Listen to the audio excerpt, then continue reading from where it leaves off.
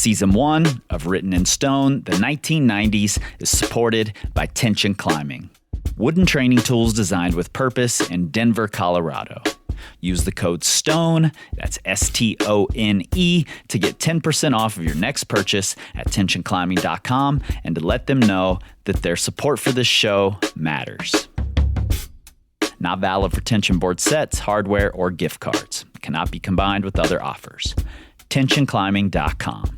Mastery over success. Written in Stone is co-created by Power Company Climbing. Products, training plans, and education to help you become a better climber. PowerCompanyClimbing.com. Use the code STONE, that's STONE, for 20% off of almost everything. Learn, grow, excel.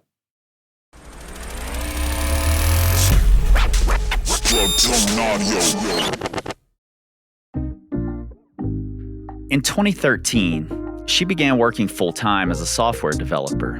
And like any new career, it was exciting and fulfilling, but there was something missing, and she couldn't quite put her finger on it. But it didn't really matter. She was moving forward, successful. That's what mattered.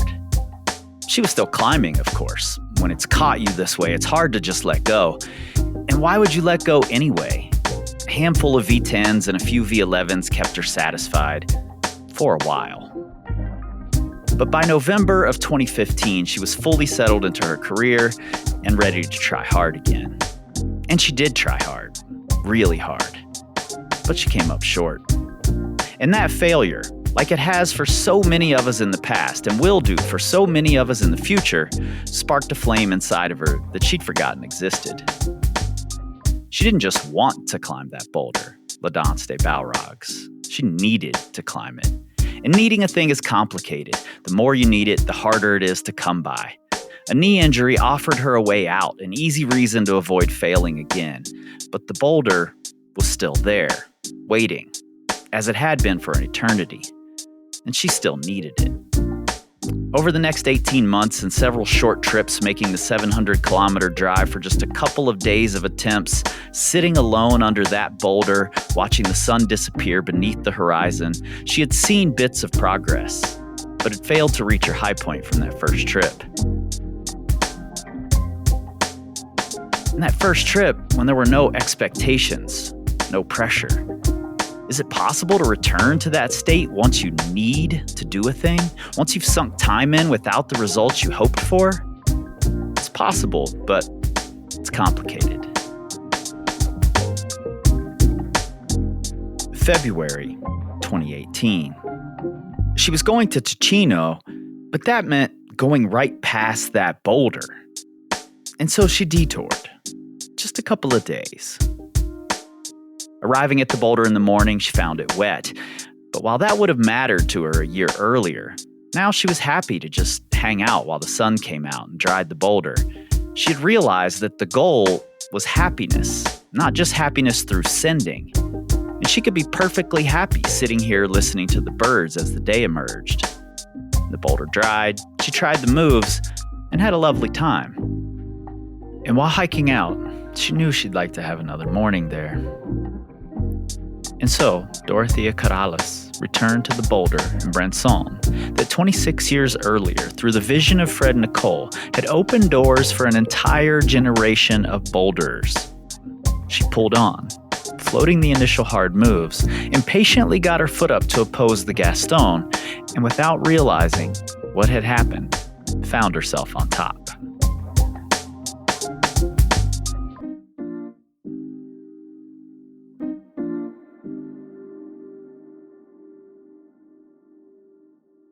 Doro, welcome to Written in Stone.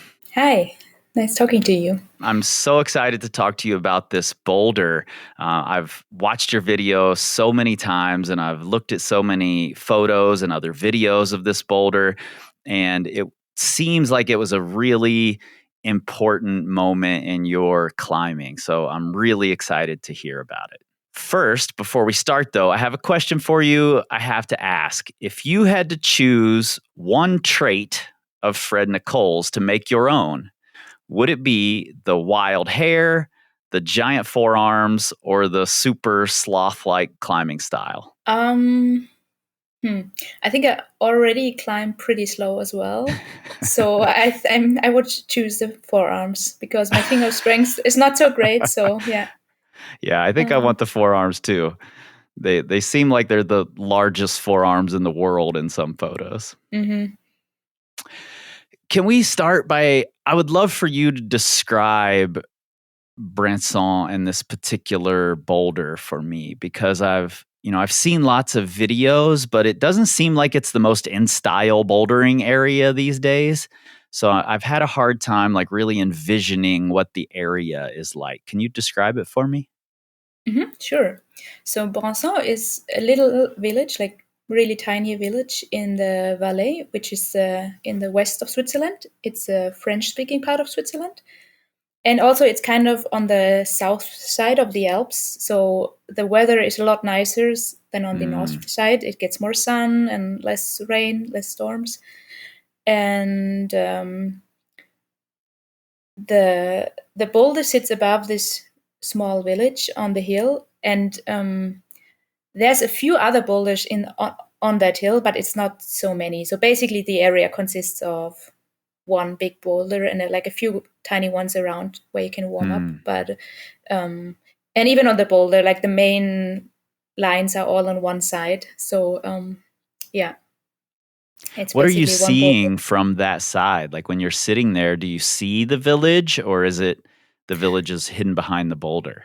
It's in a forest. It's like in a small forest, so you don't Got see the it. village, but you can walk down like 2 minutes, and then in there you have a really nice view over the whole valley and down to the village. That's cool. It's cool to be able to sort of tuck yourself in there and get lost with a view of a village just a few minutes away from you. Yeah, yeah. Like I often like between tries or after tries, I walk down to that point of view, and there's a little bench, and you can ponder there and enjoy the view. Wow. When you first went there, at least the trip in 2015, were you going there with the intention to try La Danse? Yes, because I tried before actually. So the first time I was at that boulder was in 2007 when my Oh, got it. boyfriend did it. But back then I was climbing like my first V8 V9. So like there was like way like I wasn't even dreaming about trying this problem. Like it was way above. And then 2011 and 12 I lived in Switzerland for 6 months. I did an internship in the north of Switzerland, and the internship wasn't that great, so my only like high points of the view of the week were like driving to Ticino or to the Valais on the weekends. Yeah. And that's when I started trying. Like I back then it was too hard. I did some of the crux moves, but I don't think I did all of them. But I always like had it in the back of my mind, and so in 2015 I don't remember. I think I had a like just an opening for a 3-week trip and went to the Valais and thought maybe I can try it. And I didn't have the expectation to actually send, but I was really motivated to try, and I figured out my methods. And in the end of the trip, I like almost sent it. I fell after the crux because my foot slipped, and I Yeah. came home like so frustrated, like incredibly frustrated because I felt so close, and then my foot slipped. Yeah, in the video when your foot slips and you come off, I think that's the same attempt that's in the video, Mm-hmm. correct? Yeah. Yeah, you look disappointed, but not like you're not freaking out, you're not angry. Is that your normal style of climbing? Is it, do you get angry when you climb, or is it more just disappointment Mm, over what just happened? rarely while climbing. Like, Yeah. I'm not screaming or stuff. Like, what yeah. But I like when I like after that day, and then you have the long drive home, you have a lot of time Right. to think about it, and then, oh, then it was sure, like, that was like end of November, and it's December, January are usually too cold, and yeah. Mhm. Yeah, it's interesting to me that your like time spent with that boulder is really similar to Fred's. When I was doing the research, there are several interviews where he talks about going to that boulder early on in his climbing and sort of seeing it as futuristic. And first, he does the V89 stand start to something on the boulder. I can't remember the name of it. Hmm. And then later, he does the V11 sit start, and then years later he comes back for La Danse. So it's interesting that your like journey with that boulder is really similar. Yeah, yeah, That's cool. yeah. I think I don't remember when I heard the first time of that boulder, but I mean, yeah, people were always talking about it because it's such a classic, and yeah, it kind of like infamous. Yeah. When you first tried it, you were working full time as a software developer, and you wrote on your blog that you had lost some of the passion for climbing. What do you think it was about not sending this boulder that reignited that for you? Mm, maybe just because the whole process on that trip was so fun before. Like from like I really like the process of figuring out moves, the problem solving, understanding the body positions, and then maybe after some days you get really that feeling. Oh wow, I can actually do it, Yeah. and then even do some tries, and then then it's exciting, and yeah, then I got so close but still failed, and yeah, maybe I realized that I really really enjoy that process. Yeah. I imagine, taking that away from that trip where it was like I made lots of progress, I almost did the thing, and then you come back and for several short trips you can't quite get to your high point again. I've been in that situation. I know a lot of people listening have been in similar situations, and that's hard. Did you ever consider just not doing the boulder? Mm, I can't really remember. I think yeah, it was kind of frustrating. I mean, looking back, I think I was just not back in shape after my knee surgery because in Hmm. 2016 I had a big knee surgery, and yeah, I was just yeah not fully back in shape. And but at the time, I think I was a bit impatient because Sure.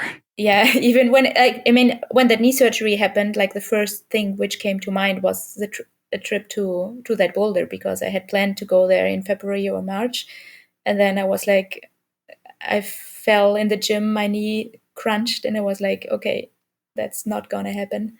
Oh, why is Um, it always the gym? yeah, and yeah, I don't know. I don't It's think I really considered giving up. I'm kind of stubborn. Maybe like I take a break for some months or for a year or yeah. so, but in general, I think I yeah, I'm stubborn enough to not give up. I think that's a really good trait to have, especially as a boulderer. Um, it's when you're a sport climber, I think it's easier to see progress because you can do another move or get another high point. That's a little tougher on a boulder where the moves are just harder and there are fewer of them. So that stubbornness and also the willingness to recognize that the process of figuring it out and the process of doing all of this and failing is a real part of the fun and the enjoyment. I think Yeah, those are for, necessary qualities as a boulderer. yeah, for sure. Though in 2017, when I went back and was still not in a good shape, it was kind of frustrating. I think because every trip, I think I went on 2 or 3 like 5 day trip, and every trip, I mean, it took like a lot of tries to even just do the moves again, and then Yeah. it just felt like I mean it was too hard at this trip, and it felt so hard, and yeah, that was kind of frustrating because yeah I trained a lot before to after the injury get back to the level, but it just takes time. Yeah, and it's a frustrating process even when the boulder is, near your home and you can try it over and over. I imagine it's got to be an even more frustrating process when it's 700 kilometers away and you can only get away for really short trips. Yeah, that felt kind of stressful because back then I didn't have so many holidays or days off, and so Yeah. you're always checking the weather. Should I take some days off now, or maybe next week is better? And Mm-hmm. yeah, it makes it a bit stressful. Yeah. I want to know a little bit about the boulder itself, this climb itself. Are the holds like is it so popular that people try it a lot and the holds have gotten polished and slippery? Um, are the holds sharp? Are they friendly? Like tell me a little bit about the moves and the holds and what the boulder feels like when you're climbing on it. hmm it's a really special rock type. Actually, I don't know what it's called. I think it's some kind of granite or gneiss, but I don't know exactly. But it doesn't have a lot of friction, like barely any friction. Mm, And if it's too humid, like the holes get like brownish quick or like humid quick. And so it's kind of tricky to have good conditions because if it's too cold, the holes get glassy and slippery. But if it's too warm, like they're slippery as well. And it is a little bit polished, but just because people have been climbing on that boulder for so long. So yeah. yeah, I wouldn't. And it's pretty powerful, I would say. Like you have like the second move, you have like a pretty slippery pinch, and you have to do a move to a side pull. Then you match there, and then the fourth move is into a kind of big move for me into like a slopey Gaston, and then from there you have to get your foot up, which felt super powerful for me. Mm, And then it gets easier. Like it's still, yeah, you can fall. I mean, I did, but yeah, these were the two moves which I struggled the most with, the second one and the fourth one, or getting my foot yeah. up after the fourth one. I imagine that condition part of it makes it even harder to have it as a project that's far from your house and you only have limited windows that you have to choose ahead of time. Um, what was it about this boulder in particular that sort of kept you watching the weather and trying to decide when to take your vacations? Yeah, probably just because I got so close in 2015, and then I'm stubborn enough that I know I can do it. I just need the right weather and the right shape, and yeah. Were you training specifically for this boulder between trips, or were you just sort of um, climbing and getting back into shape in general? yes and no. Like I haven't really tried like with a training plan or like really. Yeah, I'm not good with that, but I try to like set up replicas or like make up replicas at a spray wall where I would go Mhm. to, and just like set some shoulder moves, set some boulders with like a similar length and similar climbing style. In 2018, you said you went back on a solo trip, and the weather didn't look great, but you indicate in your blog, you wrote that your motivations had sort of gone through a fundamental change, and I think this is a tough corner for a lot of climbers to turn, but I do think it's a really valuable one. So I'm curious, what was that change? Like, how did you decide it was more about happiness than happiness through sending? Well, it wasn't as a decision. Unfortunately, my dad died in summer 2017, Mm, which was really hard for me. And but climbing, like I started like getting more into climbing in maybe fall or winter 2017, and it really helped me get through the time. And I really helped me find my joy back or my happiness back. And also with it, I kind of had like the trip, like that problem in my mind, like in spring or like in winter 2018, and so that helped me like go to the gym, be motivated, try hard, and mm, like it helped me through the time, like just pushing forward and really enjoying happiness again. yeah, I'm sorry that it was under those circumstances. I've had a similar circumstance with my grandfather.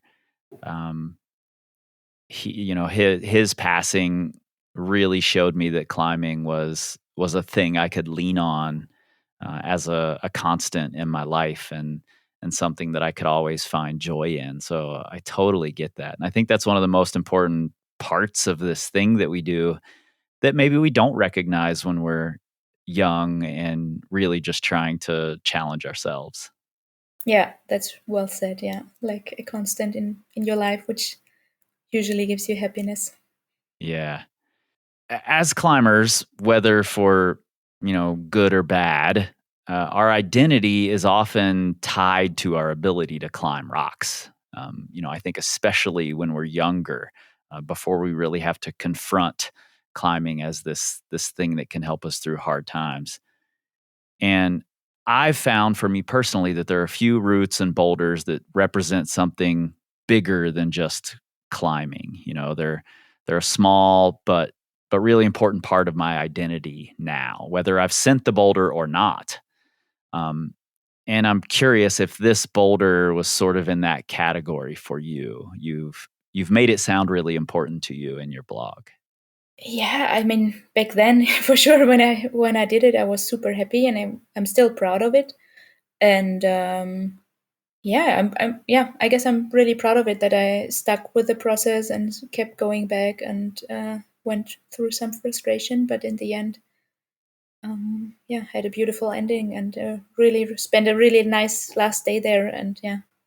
While I was researching all of these ascents, I started to see all of these roots and boulders that I'm talking about this season as gifts to the next generation. That the climbers from the '90s were gifting us, and I think this boulder in particular is really special because it's got the first 8B and the first 8B plus Raja on it, and they share a few holds, and you can try a lot of the moves from the ground, especially on La Danse. You can pull on almost anywhere, and I think that's a really interesting sort of entry point for people to see where Fred was at in the mid '90s and where bouldering was at, and it lets the next generation have more opportunities to sort of move through the grades faster. Um, and I think that's for me, one of the biggest takeaways of the importance of all of these climbers from the '90s. Or they're giving us a way to improve faster. And what do you think Fred means to climbing now, or these ascents that Fred did back in the '90s? What do they mean, and what's Fred's legacy, do you think? Oh, I mean, there's a big legacy all over the world, which problems he put up. I mean, you go anywhere and there's old Fred problems. Yeah. And I mean, yeah, they were basically Fred and other climbers of the generation basically developing a new sport with bouldering, or also with like hard spot climbing, because yeah, especially with bouldering, I flicked off some through some climbing magazines of the '90s, which I Yeah. still have from my dad, and in the early '90s, like bouldering seemed not to be a thing in the Mhm. climbing magazines. Like from mid '90s to end '90s, then it got more popular, also in the media. But I think in the beginning of the '90s, there were just like a few guys of all over the world who were, yeah, pushing their limits and thereby the limits of the sport, and all in their own way. Yeah, that's one of the things I've been really fascinated by doing all this research is that, we really want to say this person did the first of this, and then later down the road, people debate the grade, and then it comes up that someone else had done something that's just as hard somewhere else but hadn't reported it. And we end up arguing about what was the first. But really what's happening is there are a group of people. They might be together, they might be all over the world spread out, but they know what each other are doing, they hear about each other's climbing, and they're motivating each other to try harder and harder things. And I think that's so important, and such an valued aspect of what these folks were doing back in the '90s and all the time. Yeah, for sure. And I mean, the circumstances were totally different. Like there were Yeah. barely crash pads or only like super small Right. ones and no gyms and yeah, just a yeah. Even if you just look at the climbing style back then, it was especially Fred's was super controlled, super static Hmm. because yeah, I mean you couldn't really fall on a lot of the moves, I guess. Yeah, it's so interesting to look at old videos of Fred. Like there's a video of him repeating both La Danse and Raja from an old Udo Newman film, and he sits on a towel and he Hmm. pulls onto the wall, and there are no crash pads anywhere to be seen. And I think that's probably jarring for younger climbers who are used to going up to a boulder and basically having a gym floor there for them to fall on. Yeah, for sure, it's totally different, I guess. Yeah. Uh, Also, Fred was this like interesting example of a superstar who wasn't really trying to be a superstar. I think the media anyway, latched on to Fred, and he seemed like he was just going out and doing his thing and didn't care whether anyone else noticed, but it was hard not to notice the things that he was doing. And I think that's such a great example for the boulders to come. That he was the person who the media latched onto to sort of popularize that first wave of bouldering. Yeah, and I think it seems like that he kept doing that, just like doing his Yeah. things, putting up problems everywhere, and not caring so much about like whatever other people are doing. Or yeah, Yeah. And still seems to be doing that. yeah, for sure. I think he still enjoys it a lot. Yeah.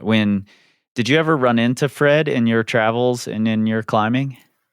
Not in my travels. I met him a couple times at like there's like there used to be a cleanup event in Fontainebleau, Mm, and we were both involved in it. So then yeah, he's like that's That's another thing I think is really important to mention, like the superstars. Fred's one of the biggest superstars in climbing, and he just continues to care about the environment and be involved in cleanup days and things like that. So he just continues to set a great example. oh yeah, for sure. I think yeah. I mean, with some people, or like, yeah, I think I never heard a bad story about him or some gossip. He just, yeah, seems really laid back and chill and just does his thing. Yeah, I do remember a story years ago. I remember when it was reported in the magazines that he was trying the Dominator in Yosemite, Hmm. and that he had his feet cut when he did the crux move, and he sort of tapped Mary. Mary was spotting him, and he tapped her. And Ron Kalk was there, and Ron Kalk was like, I don't know if that counts. You touched your spotter." And Fred was just like, "Okay, that's fine. I'm going to count it." And he just Okay. moved on. I think Okay. that's fantastic. Hmm. Just, doing his own thing. Doesn't matter what anyone else thinks or anything. Yeah. Yeah.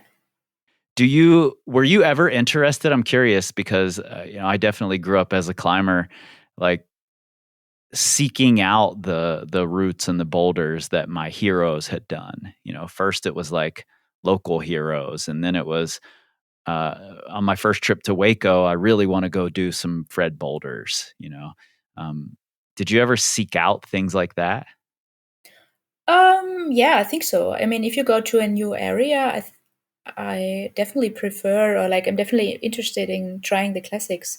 I mean, usually they're a classic for a reason because Yeah, a they're like old, and usually that's yeah the good lines or the most famous boulders. But I think once I'm like I started trying, I'm more interested in like the quality of the moves. It's like, is it yeah, interesting body positions? If is it a nice place to be? Yeah, then that kind of it's mostly like the initial interest, I guess. yeah, for sure. Well, one of the things that makes this series important to me is that these historic climbs from the 90s are still important to climbers, not just the community as a whole, but to individuals. So, having La Danse and Duel be important to you, I think for me, it's really exciting to hear about those moments and those experiences, because I think that's one of the coolest things about climbing is that they can create this thing, or work with nature to make it up a boulder, and then it's important to someone decades later. Just like they take on a greater meaning, just like they did for Fred. These boulders take on a greater meaning for you and I, and I think that's really special. So, thanks for taking the time to revisit these ascents with me, and for sharing with all of us how much they mean to you. I really appreciate you taking the time to do it. Thanks, it was fun. 1, 2. All right, Written in Stone is produced by me, Kris Hampton, with help from Riley Rush and Emily Holland for Plugtone Audio, a group of the best, most impactful podcasts in the outdoor industry. At the link in your show notes, you'll find all the things you expect, and probably some you don't, including the video of Doro sending La Danse. And look, this show is 100% rooted in the facts, but like Todd Skinner always said, never let the truth get in the way of a good story. If you love what you're hearing, give us those 5 stars and a glowing review, and tell everyone you know at the crag, at the gym, follow the pod on your friends' phones, and share it all over your social medias, and together we can tell the stories of climbing's most important ascents, 1 decade at a time.